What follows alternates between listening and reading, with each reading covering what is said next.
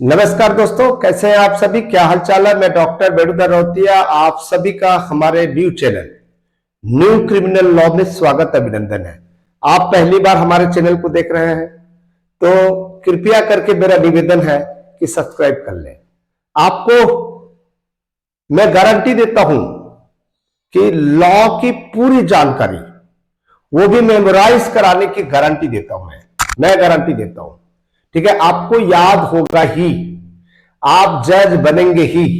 तो चलिए हम जो है आज चर्चा करेंगे, ठीक है, बहुत इंपॉर्टेंट, जो बीएनएस को ही लेकर चल रहे हैं। अभी बीएनएस ही पढ़ा रहे हैं आपको, बीएनएस 2023, और हम कंपैरेटिव स्टडी करेंगे आईपीसी के साथ में, ठीक है। आईपीसी, ठीक है, इंडियन पेनल कोड के साथ में, विशेषकर साधारण अपवाद के बारे में, जनरल एक्सेप्शन सब लोग जानते हो। यहां पर यदि बीएनएस में बात करेंगे और आईपीसी में बात करेंगे, आईपीसी सभी लोग जानते हो, 76 से लेकर 106 तक की जो धारा है वो जनरल एक्सेप्शन के बारे में बताता है। लेकिन बीएनएस में 14 से लेकर 44 तक, अभी वाला भी बहुत सरल है, 14 से 44 ये सेक्शन जो है, ठीक है, ये बीएनएस का है और साधारण अपवाद से संबंधित है। इसको याद करना, ट्रिक बनाना, आप कुछ भी ट्रिक बना सकते हो, कुछ भी ट्रिक, ठीक है। लेकिन मैं यहां पर बहुत इजी है, 14 से 44 इसको याद करना कठिन नहीं है। और साधारण अपवाद का जो इंडियन पेनल कोड में दिया हुआ है वही सेम टू सेम बीएनएस 2023 में भी दिया हुआ है, पूरा का पूरा। इसमें जितने धारा दिए हुए हैं इसमें भी उतने धारा दिया हुआ है। जैसे मान लीजिए यहां पर 31 धारा है, ठीक है, 31 धारा, देखिएगा 4 में 4 गया 0, 6 में 6 गया 0, यहां पर भी 31 धारा है, टोटल 31 धारा, ठीक है। सबसे पहले दिमाग में रखना है 31 सेक्शन जो है बीएनएस में भी है और आपका आईपीसी में भी है। मैं छोटा छोटा वीडियो बनाऊंगा, इसको 2 पार्ट में बनाऊंगा। पहला पार्ट को याद करने का तरीका ढूंढेंगे, ठीक है। हम यहां पर इंडियन पेनल कोड के आधार पर हम बीएनएस को याद करेंगे, ठीक है, बीएनएस को याद करेंगे। आपको पता है 4 धारा को हम याद करेंगे, 77, 78, 79।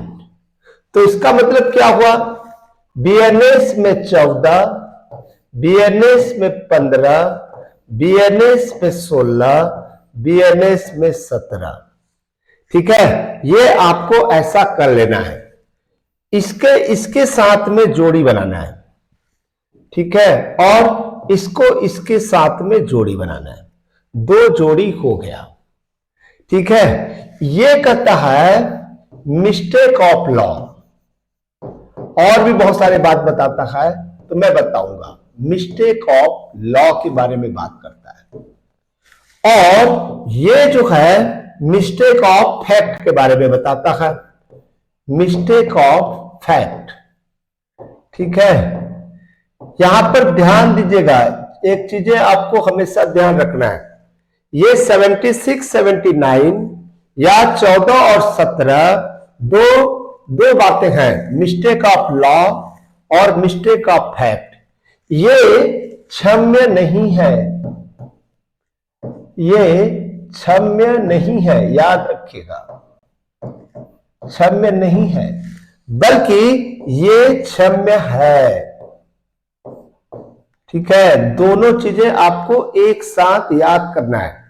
मिस्टेक ऑफ लॉ क्षम्य नहीं है, यानी कि यदि आपने विधि का भूल किया तो आपको साधारण अपवाद का लाभ नहीं मिलेगा, ये नॉट जस्टिफाइड, ये जस्टिफाइड नहीं है, ठीक है, न्याय संगत नहीं है विधि का भूल, लेकिन यहां पर तथ्यों का भूल, तथ्य का भूल जो है क्षम्य है और ये जस्टिफाई है और अपवाद का लाभ मिलेगा। यहां से एक प्रश्न जरूर पूछता है, मिस्टेक ऑफ लॉ का फायदा साधारण अपवाद के तहत नहीं लिया जा सकता, लेकिन तथ्यों के भूल के आधार पर साधारण अपवाद का लाभ मिलेगा। यानी कि ये साधारण अपवाद के अंतर्गत नहीं आता और ये साधारण अपवाद के अंतर्गत आता है। इसमें दो केस याद कर लीजिएगा। यहां पर आर वर्सेस प्रिंस का केस याद रखिएगा, आर वर्सेस प्रिंस, ठीक है, और ये आर वर्सेस टॉल्सन, ठीक है, टॉल्सन का केस। ये दो केस बहुत इंपॉर्टेंट है। मिस्टेक ऑफ फैक्ट यहां पर आर वर्सेस टॉल्सन का है और मिस्टेक ऑफ लॉ जो है आर वर्सेस प्रिंस का केस है, ठीक है। दोनों का फैक्ट आपको पता होना चाहिए। यहां पर क्या हुआ थोड़ा सा बता रहा हूं, ज्यादा नहीं, ज्यादा मैं डिटेल के साथ में नहीं बताऊंगा। इसमें क्या हुआ, ठीक है, उनके गर्लफ्रेंड, ठीक है, जो आरोपी थे, अभियुक्त थे, उनकी जो गर्लफ्रेंड थी उनका उम्र 18 साल से कम थी, ठीक है, और लड़की गर्लफ्रेंड के पिताजी ने एफआईआर दर्ज कर दिया, ठीक है। तो ये किडनैपिंग का केस होगा कि नहीं होगा, किडनैपिंग का केस माना गया। और न्यायालय ने उनसे पूछा कि भैया 18 साल से कम उम्र की लड़की को आप कहीं भी उनके माता पिता की अनुमति के बिना नहीं ले जा सकते, तो 18 साल से कम उम्र है। तो आरोपी ने अपना तर्क दिया कि दिखने में 18 साल से ज्यादा उम्र की लग रही है, और लड़की से भी पूछा गया था कि तुम्हारा उम्र कितना है, तो उन्होंने 19-20 साल बताई थी, तो इसलिए मैंने जो है उनको ले गया था। तब कोर्ट ने कहा कि देखिए आपको मार्कशीट देखना था, उनका मार्कशीट देखना जरूरी था, यह मिस्टेक ऑफ लॉ है, इसका फायदा आपको नहीं मिलेगा। लेकिन आर वर्सेस टॉल्सन के केस में क्या हुआ, आर वर्सेस टॉल्सन के केस में एक आर्मी था जो कुछ दिन हुआ था शादी किए हुए, यानी कि शादी के लिए छुट्टी में आया था और शादी हुआ, और आर्मी का बाप तो आप जानते हो, पिक्चर में दिखाता है कि शादी करेगा और उसके बाद में आर्मी वाले इमरजेंसी में बुला लेते हैं कि भैया यहां पर जो है इस देश के साथ में या यहां पर हड़प हुआ है, झड़प हुआ है या युद्ध छिड़ गया है, तो टॉल्सन को जाना पड़ा, आर्मी ज्वाइन करना पड़ा। और युद्ध में यह पता चला कि भारत की जो टोली थी, आर्मी की जो टोली थी, उसमें से सब मारे गए थे, उसमें से सभी का लाश तो मिल गया था, लेकिन टॉल्सन का लाश नहीं मिला था। लेकिन उसके खून से सना हुआ कपड़ा मिला था, जूता मिला था, घड़ी मिला था, सब मिला था, लेकिन उनकी लाश नहीं मिला था। तो आर्मी वालों ने खूब ढूंढा, खूब सर्च किया, लेकिन टॉल्सन कहीं नहीं मिला। तो आर्मी को घोषणा करना पड़ा कि टॉल्सन जो है शहीद हो चुका है, और वो पत्र जो है उनके मम्मी पापा, उनके वाइफ को भेजा गया कि आपकी बेटा शहीद हो गया है, और ये देखिए पहचान, उनकी पहचान हमको मिला हुआ है, ठीक है। तो फिर क्या हुआ होगा, माता पिता पत्नी बहुत दुखी होगी, ठीक है, उसके क्रियाकर्म किए होंगे, कुछ दिन बीता होगा, तब सास ससुर ने अपने बहू से कहा कि बेटा तुम्हारा 2 या 3 दिन हुआ था शादी हुए और तुम्हारा पति खत्म हो गया, तब ऐसे स्थिति में आप शादी कर लो। सास ससुर ने फोर्सली उनसे किसी अच्छे लड़के से शादी करवा ली। सास ससुर बहुत अच्छे थे, ठीक है, उनको एक बेटी की तरह ट्रीट करते थे, तो इसलिए जो है उनकी शादी करवा लिया। लेकिन उनकी बहू शादी करना नहीं चाहती थी, देखिएगा, शादी करने की इच्छुक नहीं थी। क्यों इच्छुक नहीं थी, हिंदू, ठीक है, हिंदू मैरिज एक्ट में कहता है कि उन्हें 7 साल तक इंतजार करना पड़ेगा, क्योंकि लाश नहीं मिला हुआ है, ठीक है। लेकिन आर्मी वालों ने जो सर्टिफिकेट दिखा दिया था उस सर्टिफिकेट के हिसाब से वो शहीद हो चुका था, ठीक है। लेकिन कुछ साल के बाद टाल्सन जीवित होकर जो है घर वापस आता है और वो अपनी पत्नी के बारे में पूछता है और उनके मम्मी पापा ने उनके पत्नी के बारे में बता देते हैं कि देखो बेटा ऐसा हुआ है। लेकिन पति उनके पत्नी से इतना प्रेम करता था, इतना प्रेम करता था, उन्होंने कहा कि देखिए मुझे अपने वाइफ चाहिए चाहे कुछ भी हो। तो जब उनकी पत्नी ने कहा कि देखिए मेरी तो शादी हो चुकी है, ठीक है, तो उन्होंने कहा मेरे साथ तलाक भी तो नहीं हुआ है, बिना तलाक के कैसे शादी हो सकता है, और आपने 7 साल तक इंतजार भी किया, आपको 7 साल तक इंतजार करना था, आपने इंतजार नहीं किया। तब कोर्ट में केस लगाया, ठीक है। तो कोर्ट ने कहा देखो भाई यहां पर मिस्टेक ऑफ फैक्ट हो गया है, यहां पर मिस्टेक ऑफ लॉ लागू नहीं होता है, क्योंकि आर्मी वालों ने पूरा प्रयास किया आपको ढूंढने के लिए और आप नहीं मिले तो इसलिए शहीद घोषित करना पड़ा, और उस सर्टिफिकेट के आधार पर हम देखेंगे तो आर्मी वालों से गलती हुआ है, ठीक है। तो ये मिस्टेक ऑफ फैक्ट के अंतर्गत आता है और फिर पति को पत्नी नहीं मिला, ठीक है, क्योंकि ये मिस्टेक ऑफ लॉ नहीं था। अब यहां पर जो है ये जो 77 और 78 है इसको एक जोड़ी बनाएंगे, ठीक है। सेक्शन 77 यानी कि 15, बीएनएस में 15, सेक्शन 78 है बीएनएस में 16, ठीक है, 16। ये 15 बीएनएस में बोलता है, ये 16 बोलता है।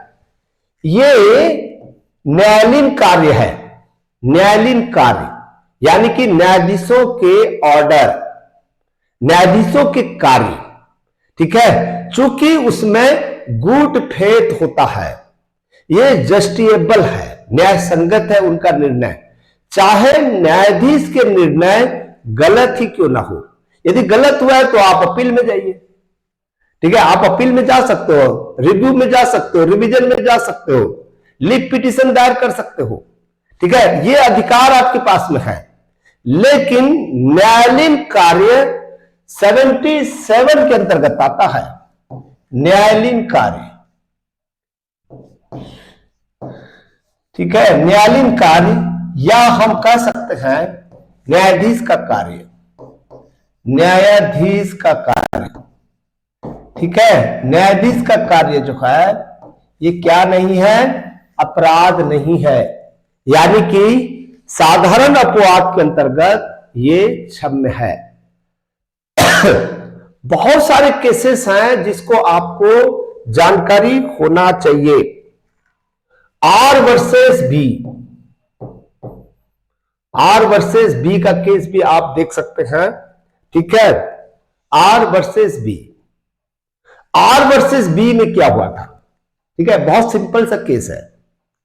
एक आरोपी जिसके ऊपर आरोप लगा था किसी के घर में घुसकर जो है, ठीक है, किसी व्यक्ति को जो है मारकर घायल किया था, मारकर घायल किया था, ठीक है। तो न्यायाधीश ने निर्णय दिया कि आरोपी के पक्ष में निर्णय दिया और कहा कि अपने आत्मरक्षा के अधिकार के तहत उनको घायल किया गया है, ठीक है। तो ऐसा लगा कि न्यायाधीश का निर्णय जो है गलत आया है, ठीक है। किसी के घर में घुसकर जो है आप आत्मरक्षा का अधिकार का डिमांड मांग रहे हो और न्यायाधीश ने ऐसा निर्णय दे दिया, ठीक है। लेकिन क्या करें, न्यायाधीश ने निर्णय दे दिया तो दे दिया। आर वर्सेस बी का केस जो है बहुत इंपॉर्टेंट है। अब स्टेट ऑफ पंजाब, ठीक है, स्टेट ऑफ पंजाब, ये सारा केसेस आपको याद होना चाहिए। वर्सेस गुरमीत सिंह, गुरमीत सिंह के बारे में केस है, गुरमीत सिंह। आपको क्वेश्चन कैसे पूछेगा, एग्जाम्पल दे देगा, एग्जाम्पल दे देगा किसके तहत छूट दिया गया था। आत्मरक्षा के अधिकार के तहत किसी व्यक्ति को घायल करना, ऐसा निर्णय सक्षम न्यायाधीश ने दिया था। तब सक्षम न्यायाधीश का कार्य किस सेक्शन के तहत साधारण अपवाद के तहत क्षम्य है? तो आपको बताना है ये 77 या बीएनएस के 15 के तहत वो क्षम्य है। ठीक है, आपको समझ में आ रहा है कि नहीं समझ आ रहा है? ये गुरमीत सिंह का केस जो है, ठीक है, अब देखिएगा, पुलिस अधिकारियों ने कुछ संदिग्ध व्यक्तियों के ऊपर, यहां पर ध्यान दीजिएगा, पुलिस अधिकारियों ने कुछ संदिग्ध व्यक्तियों के ऊपर बल का प्रयोग किया था और न्यायाधीश ने कहा था कि बल का प्रयोग, ठीक है, पुलिस अधिकारी के कर्तव्य के अंतर्गत आता है। तो न्यायाधीश का निर्णय चाहे गलत ही क्यों ना हो, अब संदिग्ध व्यक्ति के ऊपर गोली कैसे चला दोगे जी? उसको गिरफ्तार करोगे, गोली थोड़ी चला दोगे, संदिग्ध है उसमें गोली थोड़ी चलाओगे भाई, ठीक है। लेकिन न्यायाधीश ने निर्णय दे दिया, न्यायसंगत माना है, जस्टिफिकेशन माना है, जस्टिफाइड माना है, तो उसको हम जो है 77 यानी कि 15 के तहत वह क्षम्य है। ठीक है, ये जो है न्यायालयीन कार्य है, यानी कि न्यायाधीश के कार्य जो है, और ये गुड फेथ में करते हैं, गुड फेथ में, ठीक है, गुड फेथ में किया जाता है। एक एग्जाम्पल देता है, डॉक्टर, ठीक है, ध्यान दीजिएगा, डॉक्टर मरीज के अनुमति के बिना वो ऑपरेशन कर देता है और उसकी मौत हो जाती है, ठीक है, उसकी मौत हो जाती है। तो न्यायाधीश ने कहा, ठीक है, कि डॉक्टर ने जो है गुड फेथ में काम किया है, इसीलिए डॉक्टर का कार्य जो है, ठीक है, अपराध की श्रेणी में नहीं आता बल्कि अपवाद की श्रेणी में आता है। तो जो न्यायाधीश ने निर्णय दे दिया, अरे भैया मरीज के कंसेंट नहीं लोगे तो मरीज के जो पेरेंट्स का कंसेंट लोगे कि नहीं लोगे, उनके अभिभावक का कंसेंट लोगे कि नहीं लोगे, ठीक है, लेना तो पड़ेगा, तब जाकर ऑपरेशन करोगे, ठीक है, ऑपरेशन करना है, ठीक है, तो ऑपरेशन करने के लिए कंसेंट आवश्यक है। लेकिन न्यायाधीश ने सही माना और न्यायाधीश का जो निर्णय है वो बिल्कुल सही हुआ। एपी वर्सेस पी कुमार का केस है, वो आपको एग्जाम्पल देगा, एपी वर्सेस पी कुमार का केस है, ठीक है, पी कुमार का केस है जो डॉक्टर वाला है, और ये 77 और 15 के अंतर्गत आता है। मैं बड़ा वीडियो नहीं बनाना चाहता। अब देखते हैं 78 और 16, सेक्शन 78 और 16, ठीक है, ये आईपीसी का है, ये बीएनएस का है, ये बीएनएस का सेक्शन है। और ये जो धारा है ये कहता है न्यायालय के आदेश, न्यायालय के निर्णय का पालन करना, ठीक है, पालन करना, ये साधारण अपवाद की श्रेणी में आता है। उनका जो कृत्य होता है, किसका? न्यायालय के आदेश का पालन करना, न्यायालय के निर्णय, ठीक है, न्यायालय के निर्णय या आदेश का पालन करने वाला व्यक्ति का कृत्य, आदेश का पालन करने वाला व्यक्ति, पालन करने वाला व्यक्ति कोई अपराध नहीं किया है, ठीक है, कोई अपराध नहीं किया है। इसको जो है आपको हमेशा ध्यान रखना है, ठीक है, पालन करने वाला व्यक्ति का कृत्य साधारण अपवाद के अंतर्गत आता है। जैसे न्यायालय ने फांसी की सजा सुनाए, मृत्युदंड की सजा सुनाए, और फांसी पर चढ़ाने वाले जो व्यक्ति हैं उन्होंने फांसी चढ़ा दिया, तो ऐसे तो नहीं कहेंगे कि उन्होंने क्यों फांसी चढ़ाया, फांसी तो इसने चढ़ाया, उसने चढ़ाया, इसलिए वो दोषी है, ठीक है। अरे भैया यहां पर न्यायालय का आदेश का पालन किया जा रहा था, तो ये 78 या 16 के अंतर्गत आता है। बड़ा वीडियो हो जा रहा है, एक क्रम में हम जो है याद रख लेंगे। एक छोटा सा, ठीक है, कहां तक हो गया? 79 हो गया। सेक्शन 80 और सेक्शन 81 को हम जोड़ लेते हैं। ठीक है, यहां पर जो है 17 तक है, 14, 15, 16, 17, तो ये 18 है और ये 19 है। ठीक है, ये एक्सीडेंट है, एक्सीडेंट। और याद रखिएगा कि विधि से वो जुड़ा हुआ एक्सीडेंट होना चाहिए, विधि से आबद्ध एक्सीडेंट। यानी कि विधि से आबद्ध मतलब बड़ी सावधानी बरत रहा है, कोई नेग्लिजेंस नहीं किया है, तो उसको हम एक्सीडेंट कहेंगे। नेग्लिजेंस है तो वो एक्सीडेंट की कोटि में नहीं आएगा, लाभ नहीं मिलेगा। वो कुल्हाड़ी वाला आपको उदाहरण पता है, एक व्यक्ति रोड किनारे कुल्हाड़ी से लकड़ी काट रहा था, ठीक है, वृक्ष को काट रहा था, और पहली बार जब वृक्ष के जो लकड़ी है वो टूटकर जो है बाहर गिरा, तब उन्होंने क्या किया, जो कुल्हाड़ी में जो लकड़ी रहता है उसको बांध दिया, बांधते कि नहीं बांधते, और उसके बाद में वृक्ष की कटाई किया। और दूसरी बार फिर वही कुल्हाड़ी जो है टूट कर जो है, जो लोहा का भाग होता है, एक राहगीर पर गिर गया और राहगीर की मौत हो गई।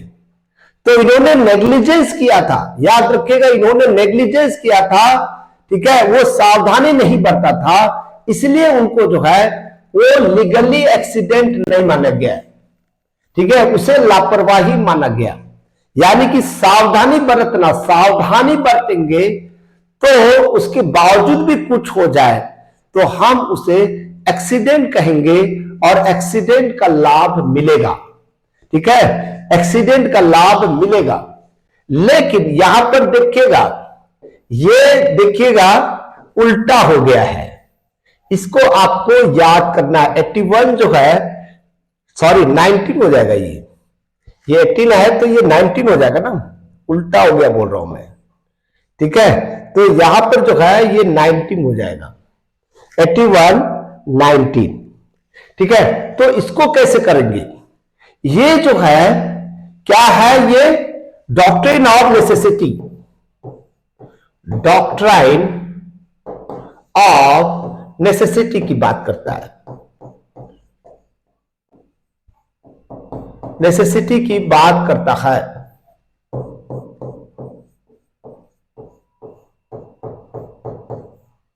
ठीक है, नेसेसिटी की बात करता है। नेसेसिटी, आप लोग वो एग्जाम्पल पता होगा, ठीक है, कि 3, 4, 5 आदमी थे एक बोट में 3, 4, 5 आदमी थे, ठीक है, और बड़े अपराध, एक जहाज था, एक छोटे जहाज था, एक बड़े जहाज, एक छोटे जहाज, ठीक है। वो बड़े जहाज छोटे जहाज को मार दिया, छोटे जहाज को मार दिया, और बड़े जहाज में 100 लोग बैठे हुए थे और छोटे जहाज में 3, 4 लोग बैठे हुए थे, या सिंगल बैठा हुआ था। तो बड़े जहाज का एक्सीडेंट होने वाला था, ठीक है, क्रैश होने वाला था, किसी बर्फ के पहाड़ में टकराने वाला था, और यदि छोटे जहाज को नहीं मारता तो 100 लोगों की मौत हो जाती, और 100 लोगों को बचाने के लिए एक आदमी को मार डालना, एक आदमी को मार डालना कोई अपराध की कोटि में नहीं आता है, वो 81 के अंतर्गत आता है। आपको पता है, ठीक है, आपको पता है। दूसरा केस जो है, केस का नाम आप जरूर बताइएगा, ठीक है। 4, 5 आदमी थे, ठीक है, उसमें से एक बच्चा था, और पानी यानी कि समुद्र में फंस गए थे, कई दिनों तक रास्ता भटक गए थे, वही घूम रहे थे। तब ऐसे स्थिति में उनको कई दिनों तक खाना नहीं मिला, और खाना नहीं खाएंगे तो उसकी मौत निश्चित है। तो उन्होंने क्या किया, बच्चे को मार डाला, और सभी लोग जो है खाए, और बाद में उस नाव को बचा लिया गया। तो ये बताइए कि 4 आदमी जीवित रहने के लिए एक व्यक्ति को मार डालना, ठीक है, इसके अंतर्गत आता है या नहीं? 81 या 19 के अंतर्गत आता है कि नहीं आता है? तो न्यायालय ने कहा कि बच्चे को क्यों मारे भाई, किसी व्यक्ति को भी तो मारा जा सकता था, बच्चे को क्यों मारे? कहा कि सर वो छोटा था, हम लोग बड़े थे, हमारी जिम्मेदारियां थी, उनकी जिम्मेदारियां नहीं थी। तो इस तरह से आपको जो है 426 धारा आपको याद कर लेना है, और आपको एग्जाम्पल इलिस्ट्रेशन के माध्यम से पूछेगा कौन सा सेक्शन आता है, इस सेक्शन के तहत क्या क्या जो है इसमें साधारण अपवाद दिया गया है, इससे संबंधित प्रश्न पूछ सकता है। आपको याद हुआ या नहीं हुआ? 6 धारा याद करिए, कल फिर 6 धारा याद करेंगे। हम छोटा छोटा वीडियो बनाएंगे ताकि आपको पूरी की पूरी, ठीक है, बीएनएस का सारे सेक्शन जो है याद हो जाए। Thank you, thank you, thank you.